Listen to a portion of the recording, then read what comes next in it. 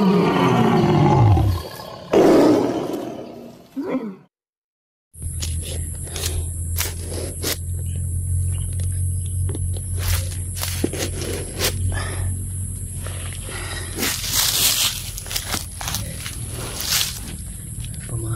no?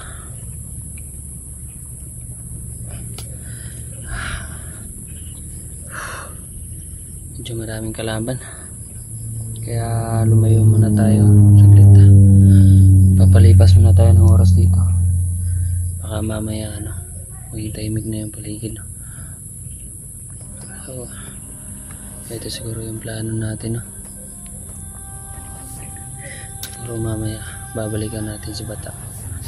Tapos yung maging desisyon niya, iuwi ko muna sila sa kanila, tapos uuwi din ako para makapag-update ako sa asawa ni Kuya Alpa, no?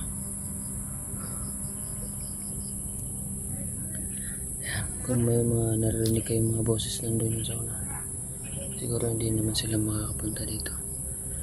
Yun, no? Ayan, sa mga nakalap kong mga informasyon, mga kaibigan, si Kuya Alpa dadalhin daw nila sa Mount Karing.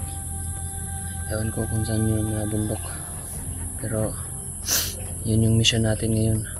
Tutuntunin natin kung saan nila dinala si Kuya, no? Grabe, sobrang nakakapagod talaga yung ganito.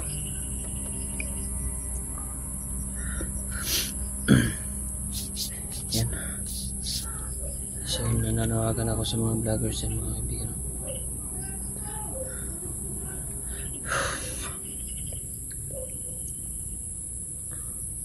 Nananawagan ako sa mga vloggers yan, no? Kung may makakita mo ng mga video nito, meron po akong nilagay ng mga palatandaan po, mga kaibigan, na yun yung daan natin na hako. Makikita nyo po yun, nilagay ko po yun sa mga kahoy at sa puno ng saging. Kulay blue po yun.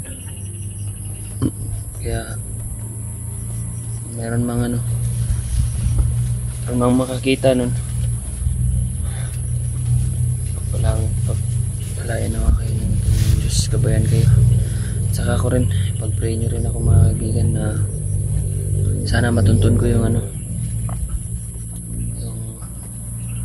hideout na kung saan dinala nila sa Kuya, no? Sobrang nakakawan, naawa na talaga ako, lalo na kay Bata.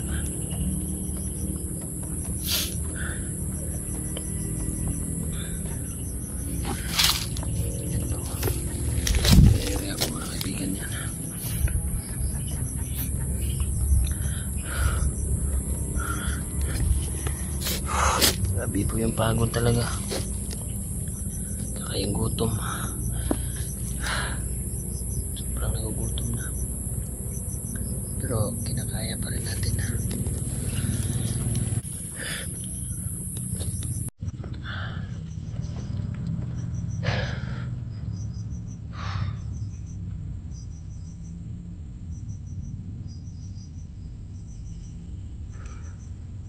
Gusto ko sana sagipin ng mag-isa si Kuya, kaso lang hindi ko talaga kaya.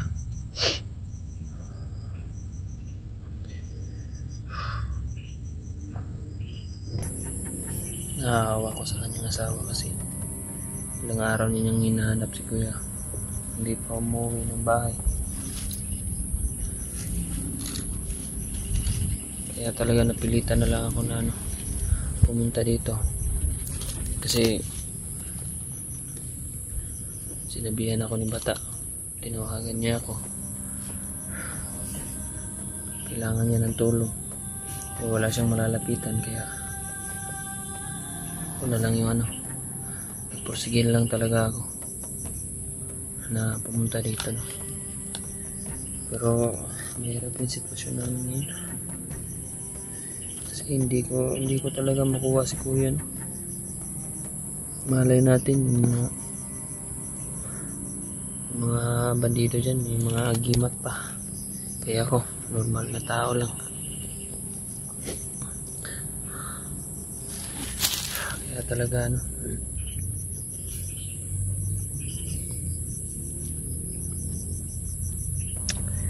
grabe yung panghihinayang ko talaga. Dapat noon pa lang sinamahan ko na si Kuya Alpa, no? Kahit anong mangyari, dalawa kami. Malagay mo siya sa panganib. At least nakakasama niya ako. So yun. Kung meron man kayong mga katanungan dyan, no? Bumisita lang kayo sa ano, at mag-message lang kayo sa ano, sa Facebook account ko. Meron pa akong Facebook account. Search nyo lang po dyan, ano, Kaibigang Jack. Kaibigang Jack po yung FB account ko po. Meron man kayong mga katanungan sa akin.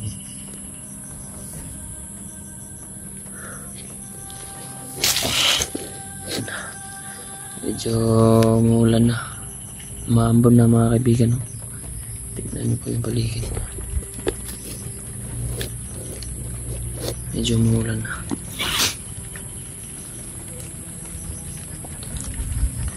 Yun.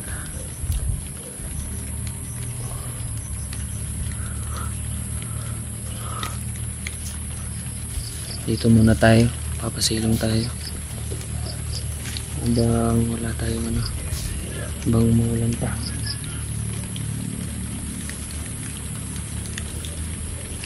Naririnig pa rin ako mga boss.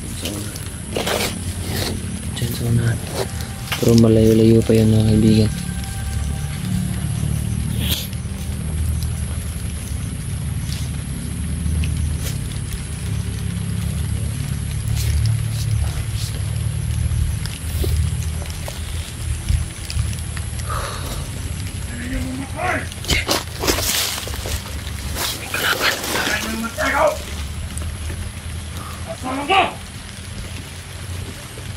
Nakikita ka na namin!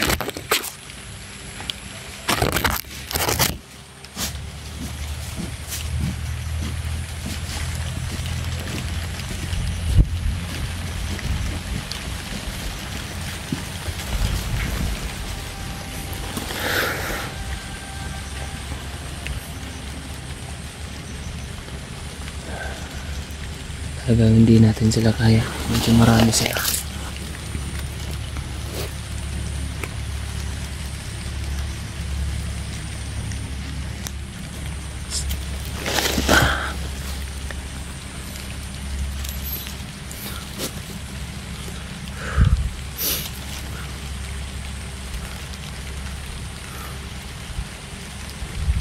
Plano ko naman talaga sana bumalik ng pagpa-vlog. Kaso nga lang wala tayong matinong CP. Cellphone na pang pang matagalan talaga. Yung nakakasurvive pag umuulan, umaraw ng matindi. Kaya napilitan lang tayo mag-ano na lang sa bahay, tumulong na lang sa mga gawain doon. Pero plano ko talagang bumalik ng pagbablog mga kaibigan, para na rin makatulong sa kanila. Kaya, pero hindi pa tayo biniyayaan ng panahon. Hindi pa tayo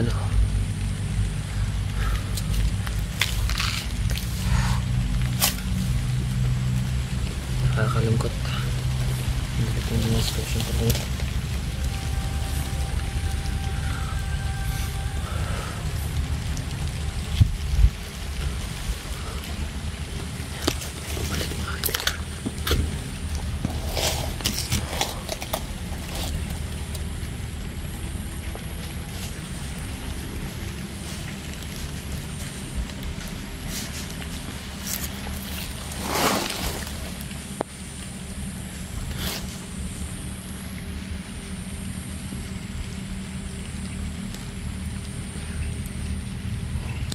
Sila mga kaibigan.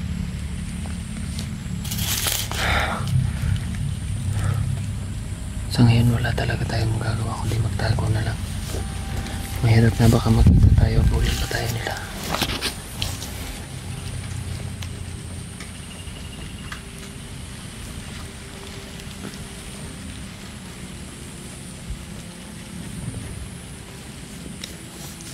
Sobrang dami nila umahalikit sa paligid.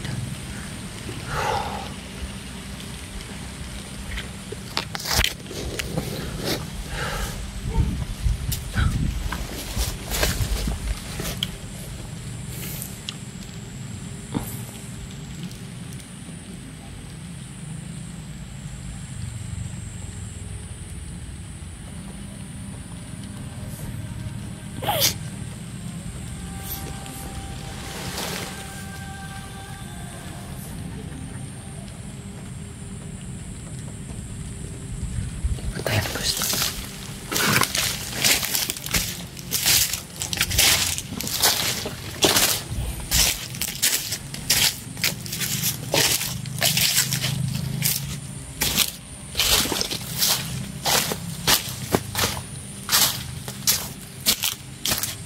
Hindi tayo pwede manatulog dun kasi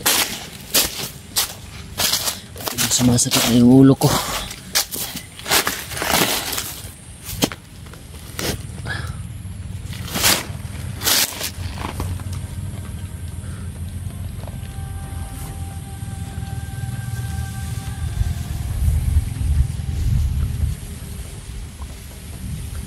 Hintay lang tayo sa dito. Tapos balikan natin si bata. Ano nang kalagayan niya doon. Pag nakita kong medyo okay na siya, kasi yung papadesisyonin ko kung anong plano niya. Gusto ba niyang umuwi muna? Kasi mag-aaral pa yun. Hindi naman pwedeng pabayaan niya yung pag-aaral niya. Pasukan na niya. Sabi niya.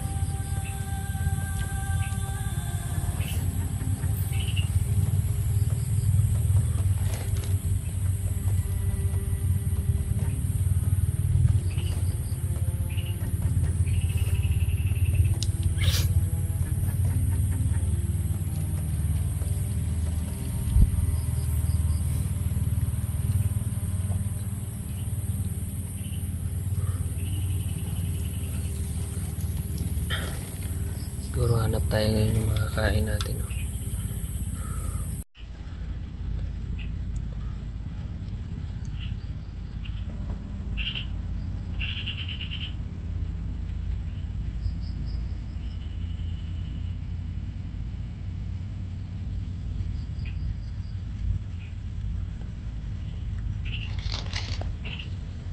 Tama lang ganyan dyan natin. Hindi tayo malipasan ng gutom.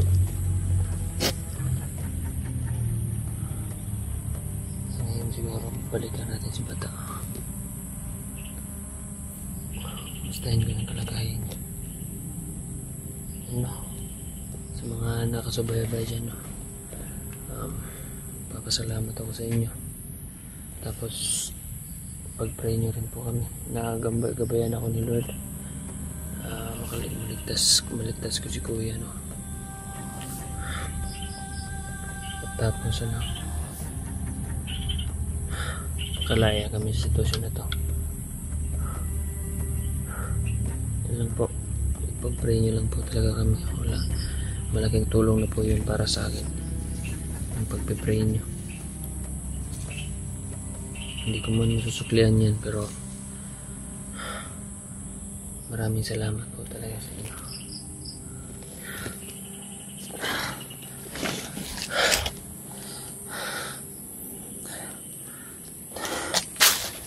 Tara na.